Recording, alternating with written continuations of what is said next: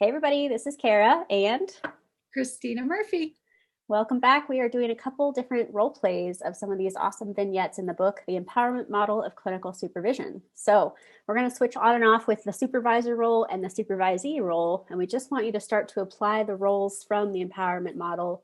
So the first one we're going to do is Christina is going to be the supervisee coming into a scheduled supervision with me as the supervisor.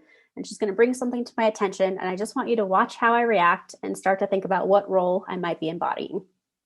Christina, when you're ready.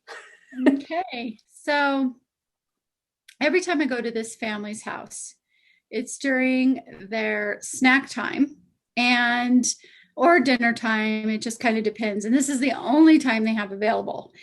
And it's super frustrating for me because they always offer me food or they want me to eat with them. And I don't want to damage my rapport. And sometimes I do eat with them, but it's extremely uncomfortable because, you don't want to, I want to keep my rapport, but I also have to submit reports to the Department of Human Services. And I feel like, that could be misconstrued, as crossing a boundary.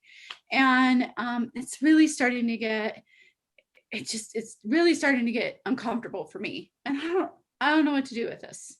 Absolutely. Well, I can tell that you put a lot of thought into it already of just like not wanting to damage that rapport and still being good for your reports for DHS. So I think a question, Sally, and we're going to call you Sally. I don't think we said that. The question Yeah. I want to ask you, Sally, is what considerations have you thought about when it comes to the culture of this family and what it means to have food? It's definitely something that they value. They share their food. It's a Hispanic family. So they are very much, here, eat, share food. And so so I know that's very important for them because, I come from a Hispanic family, so I know that's important.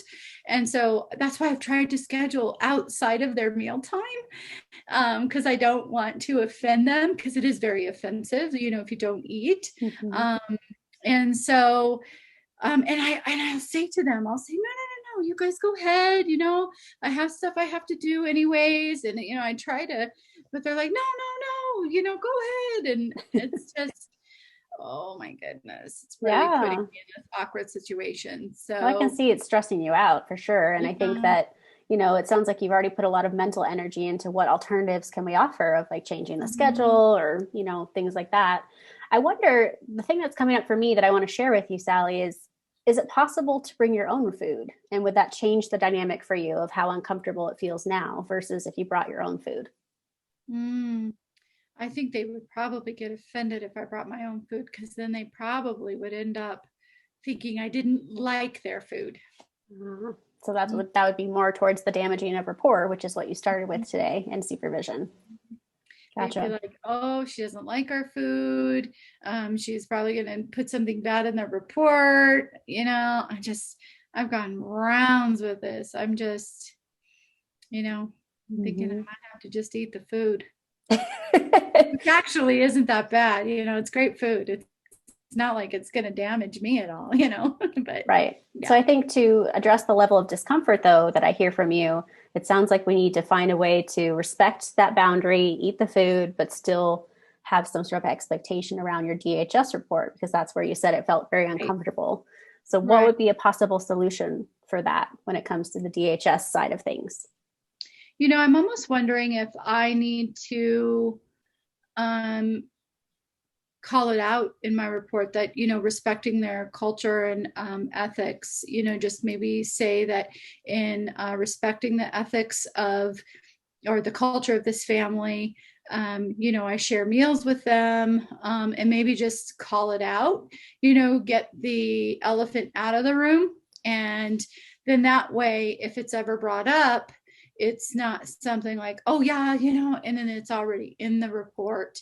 It's understood, and the other professionals know that this is something I have to do as part of my role to fit within the environment that I'm in, Right. because I think that's something that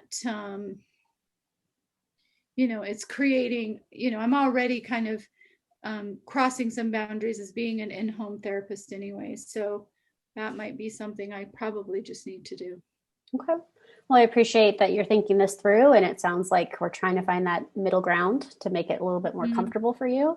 So I'd like to ask you, Sally, to type up kind of an example of how you might document this in a report, and I'd like to support you with that if that would be a good next step. Yeah, I definitely would want you to see it. So I'm saying it in a way that is ethical and not saying I just want to eat their really good food. Right, right. Well, I think we can work on that together. So I think let's give that a try and see what happens. Great. Thank you. All right, so then time out here. So the Right. question for our viewers would be, what roles did you see me embodying as I engaged Sally in this conversation, right? She was showing her vulnerability, she was sharing her concerns, she was looking to me as a leader to help her come up with a decision. So Christina, now as Christina, what roles do you think showed up in this dialogue we just had? Definitely teacher.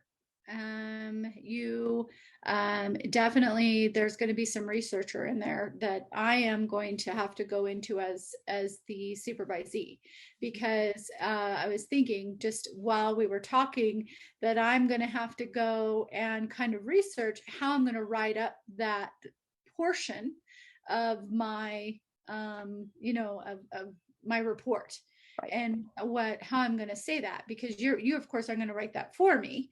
And so I'm going to, okay, how am I going to say this in a professional, ethical way that I'm having these meals with this family, and how is it, an appropriate way to put this in a report. Right. And So, we have that cultural sensitivity as to yep. why we're doing that. Yes. Absolutely. Yes. And why is it clinically appropriate in this particular situation? And so definitely researcher was there, Yeah. and teacher for sure. And I think that's pretty standard for a lot of the vignettes that our viewers are about to see, is that we're going to stay in those two roles a lot because there's a lot of opportunity to help our supervisees grow. And I think the other one I was trying to embody, maybe, maybe not, that showed up is just the compassion of like, oh, I can see you're stressed Yeah. about this. You're looking for an answer. But if I'd just gone into fix it mode as a supervisor, that may or may not have been well received for Sally. Mm-hmm, mm-hmm. I think the other thing that you did a good job of is I was like, oh, I'll just eat with the family. You're like, okay, yeah, that sounds great. But what are you going to do about it? You can't just eat. We have to find a remedy, because you, as the supervisor, saw that this could go in a direction for me that is not good, right? Like other professionals are going to be like, did you know the therapist is eating with the family? She's supposed to be doing therapy. But there is a therapeutic clinical reason why this is happening, right? Right. And That needs to be documented and yes, that justified. needs to Mm-hmm. be documented and justified, exactly. And it could just be as easy as just doing it and eating, and that's it, right? But as a clinical soup, it's not like that. Right, right.